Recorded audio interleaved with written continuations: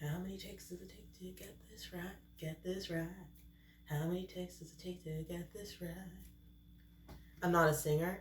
I'm not a video girl. With the amount of times that I've had to record this, and I'm also not going to be making any cuts. So what you see is what you're going to get. If I'm making any mistakes, if I'm slurring, if I'm doing anything, that's what's here. Okay, so hello guys. If you guys want a raw video, you got it here. My name is Hime. I make obscure music. I make obtuse music. I make electronica down-tempo ambient with a backbeat type of music. And what that should just tell you is that, well, I'm far from the mainstream normally. However, I decided to walk my butt from inland all the way to the mainstream to see what they've been cooking up for the last about like 20 years or so. You see, I got out of mainstream music back in 2005 actually. I actively got out of it. I knew it was shish from 2003, and I got my butt out in 2005, and it's been a rough road trying to stay away from mainstream music, especially in college. But I'm not here to talk about the trauma of mainstream music in my college years. I'm here to talk about the bright future of music, and what better way to do that than to talk about the Grammys, in particular for 2022. So let's get started, shall we? Yeah. Okay, so the first song's actually from ABBA, and the song is called I Still Have Faith in You. Now, 2 points. I wrote down initially that this is my view of humanity in 2022. I still have faith in you. I still have faith in you. I still have faith in you. That's the first part. And actually, after listening to all the songs on the list in general, I actually have faith, a little bit more faith in mainstream music. So it was actually good. I honestly do hope that this song wins from a personal standpoint, just because the song is so dang uplifting. It says a lot, right? It's a great song. Musically, songs in F, the chord progressions used in the song made me feel better about life. And in fact, it has a bit of that Simon and Garfunkel bridge over troubled waters type of feel. And I like Simon and Garfunkel, so maybe I'm just biased in that respect. And also I did put a note saying that the beginning of the song, so like the chords in the intro, they probably have more chords in the intro than they have in some of the songs on this list. So if that means it's a real song, then sure, it's a real song. But in general, it's an uplifting track that I hope that most of this generation, upcoming generation, in particular Generation Z, will hear, understand, and actually love. That's my take on it. The next song is Jon Batiste's Freedom. And basically the way that I describe the song is that it's like the love child of Pharrell's Happy with just blues, 12-bar blues. Basically, this is a 12-bar blues happy type of track. The song is in F, goes to B flat, C, F. Yeah, it's 12. Basically, like, it's blues. There is a switch up toward, like, in the bridge, which was great. So, and that was a bit unexpected. And I honestly think that this is like the perfect commercial song. And let me know if it's actually been used in a commercial, like a big time commercial. I actually wrote a note saying Facebook could have used this commercial if they were actually about freedom. But unfortunately, they are all about censoring and have been for a very long time. So if they were to use this song, I feel like they'd be too hypocritical. So I think somebody, because corporations are people. But anyway, I think that the best brand that would be able to use this would have been something like either a Tesla or even Apple. Definitely Apple. But brands along those lines could use this as like a great commercial song. Just saying. I liked it. I'm a fan. Don't know if it's gonna win, but it's a great record. The next one is Tony Bennett and Lady Gaga, I Get a Kick Out of You. Now, I'd like to say that Gaga was part of the reason why I jumped ship from the mainstream and started swimming inland. I never really liked Gaga. When she just came out, Let's Dance was Let's Not. For me. I was becoming more of a hipster back then. I didn't like pop music, so yeah, I tried to stay away. And it was hard. Again, she's got clubbing music. I went to clubs. I got drunk. So I wasn't really a big fan of hers, but I knew and I heard that she was actually a big time artiste. She was actually about her craft, and with her pop music, I couldn't tell. So when I actually heard her with Tony Bennett, I thought, oh, so you're getting with one of the greats. Oh, you actually sound really, really good. You, I was in awe actually at how good this record was, and I have a bit of a thing as a musician where if I can't necessarily predict the next chord all the time, then your song is worth listening to again. 9 times out of 10, meaning it's not predictable.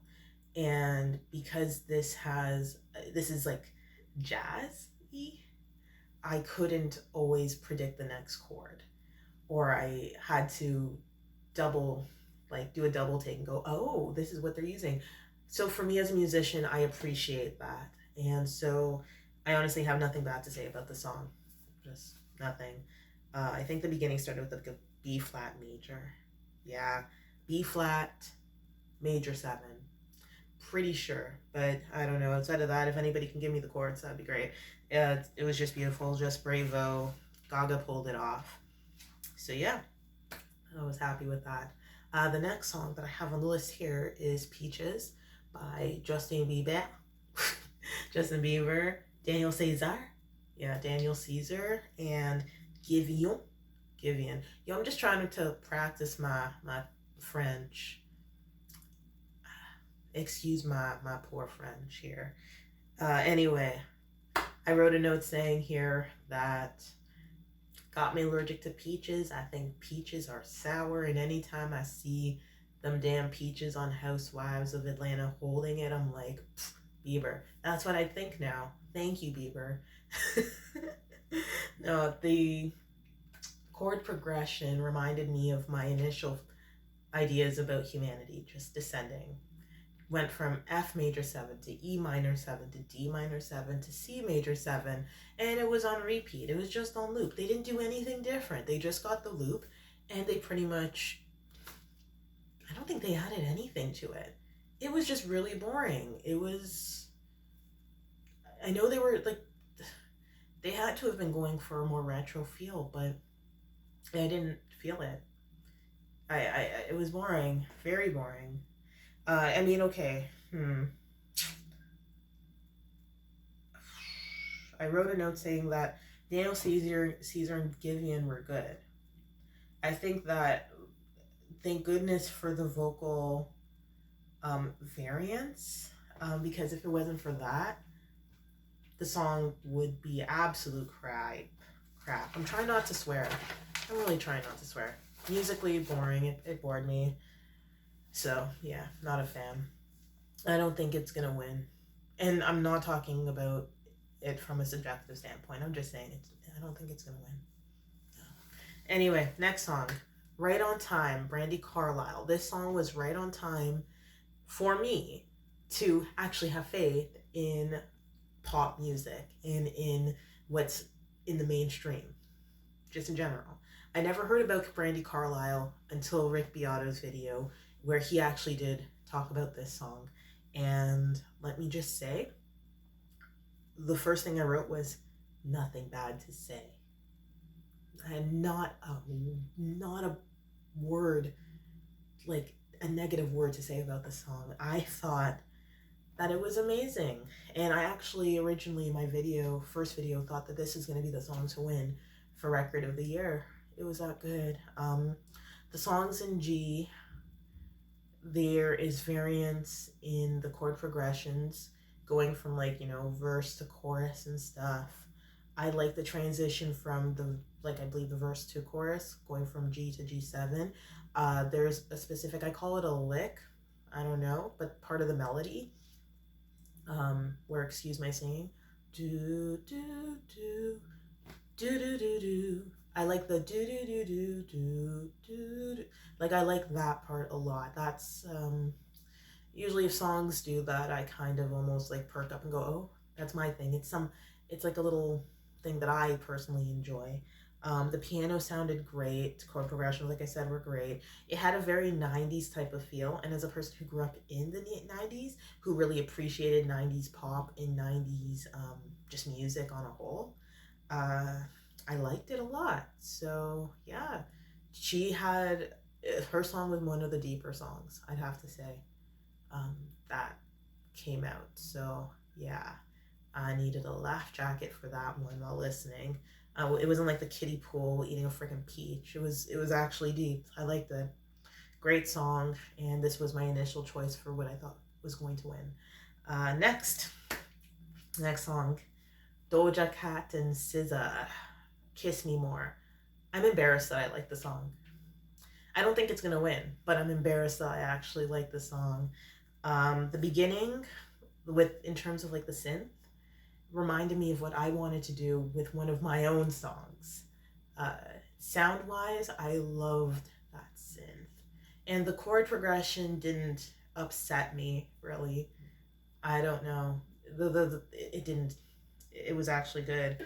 Um, for me, it had a bit of that K-pop vibe to me, and no, it's not because there was a hot Asian dude in it. It just had that feel to me. Um, Even in terms of the way that the song was structured, where Doja was and where SZA kind of was, it reminded me of something that I would have listened to in K-pop. I don't know what song. It's been a very long time since I've last listened to K-pop, but I was part of the second Hallyu wave, so it has that feel. I don't know. Um, Lyrically, no, no, no, no, no, no, no. I hope that kids don't get access to this shish.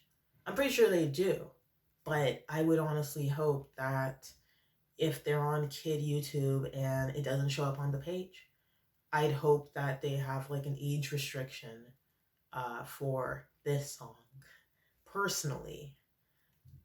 But maybe now that I'm a lot older, I begin to think this way.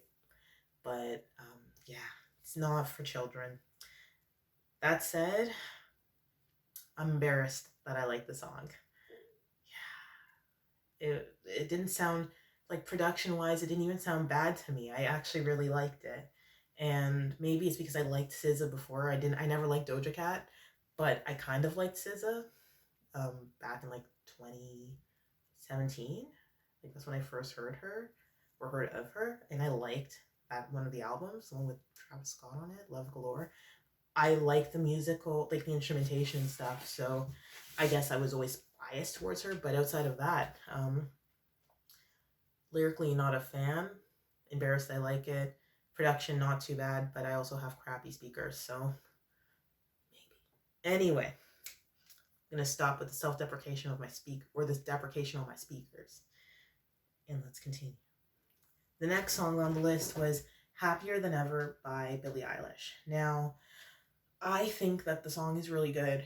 I felt like it was a bit like a modern Jefferson Airplane White Rabbit. That's the best way for me to describe it. And the reason why I would describe it like that is it starts off with a very ukulele-like piano type of sound. And as it progresses, it gets more distorted. And so it reminds me of having like similar to a crescendo, just a never-ending crescendo until the end of the song. So for that reason, I thought it was great. Also, the song isn't, as far as I know, it's not about drugs. It's definitely one of the less vapid songs out in general that the relative generation is listening to, which is great. Makes me happy. And I actually did write a note saying that if I was 16 or 17 and one of my friends came to me knowing that I don't listen to mainstream music and they say, "Yo, you've got to listen to Billie Eilish, at least listen to one of her songs," that would have probably gotten me hooked. This song would have gotten me hooked into mainstream at least for another minute before I swear it off again if she were to like just go away. because Billie Eilish is actually that good. I think she's, uh, and I don't even listen to all of her songs, and I was never a fan of hers. So I think me just saying this, she would be a second choice for record of the year, just based on the sound, based on um, how it's almost like an Avril Lavigne type of thing. I don't know. I don't know how to describe it. I know that Rick Beato, I think, likes to describe her almost like a Kurt Cobain of sorts in a sense, or at least there's parallels between them. I don't think that myself, but she's amazing. I like this. So this would be like a second choice for song of the year for sure. Or not song, record of the year. Okay. Next song. Montero, Call Me By Your Name, Lil Nas X. If I were to call this song by its name, the name would not be Montero. It'd be Monstrosity. It would be hideous. It would be next. No, actually, yeah, the chords, I believe, E flat major to E to E flat. Like, that's all it is. It's nothing much. I don't know how kids can get access to the song, period, to watching the video or even hearing like the bad mix. Like, this was actually a bad mix altogether. I didn't like it at all. Yeah, not much to say, and I don't think I should give it any more airtime. So next, Olivia Rodrigo's Driver's License. I thought this is one of the most age-appropriate songs. It's something that I feel like I can see Taylor Swift kind of like doing. It's got a Taylor Swift type of vibe, a Tay-Tay vibe, as I call it, lyrically, and how it can relate to a number of young people, like young women and stuff, young girls who are just getting into like the relationship type of thing. And so chord progression was okay. I had no issues with that. I liked it. I actually would have thought this would be a good third for like this song of the for record of the year in this case. And then I believe the last song on the list is what's changed my mind. Silk Sonic. Leave the Door Open. Okay, so when I first listened to this song, I had to stop what I was doing and just dance, just kind of vibe with it. And I, as a musician, because I go into my musician mind first when I listen to a lot of these songs as well, right? I try to get out of the concept of producer or music creator and go into how, like, I just go on feeling and go on musicianship. And this song was amazing. Stopped me in my tracks multiple times. It's frickin' Motown. It is good. I'm like, I don't know if I'm biased because I like Anderson .Paak. I never liked Bruno Mars, but I like Anderson .Paak, right? Maybe that's where there's some bias, but Bruno Mars did well. Like both him and Lady Gaga actually shocked me because their music was some of the reasons why I walked away from mainstream originally. And to see them being able to, with after all the money they've probably made, like, you know, exploiting like the BS that's mainstream and the BS emotions that come out of the mainstream, like the vapidness, after exploiting that, they were able to go into doing their art. And for that, if they had to go through the mainstream BS to get to this point to make amazing music like that, I'm all for it. All for it. It was absolutely a pleasure to listen to that song, and it got me to a point where I'd have that song on replay every couple of days. If I wanted to feel better about life on a whole, I would sit and listen to this song. And I have not had a song in the mainstream do that in a very long time. And for me, on an emotional level and from a subjective level, that means a lot. I love the chord progressions, of course. Let me see if I can. The way I saw it was F major 7, G with an F bass, E minor 7, A minor 7. That's part of it. You know, switch it up. A flat major 7 to, I think, E flat major 7, A flat major 7, G minor 7, F minor 7 to an F major 7 with a G bass. Like, that's like, there was a lot of change, a lot of chord progression changes, and I lived for it. Man, beautiful. So originally, what I put in my other video was that I believe that Brandi Carlile, Right on Time, may actually win for Record of the Year. And now, after listening to Silk Sonic God knows how many times, from a subjective level, I actually want to change from saying Brandi Carlile to saying Silk Sonic. It's tough, man. Yeah, the top 4 would be Brandi Carlile, Silk Sonic, Billie Eilish, Olivia Rodrigo, you know, in general.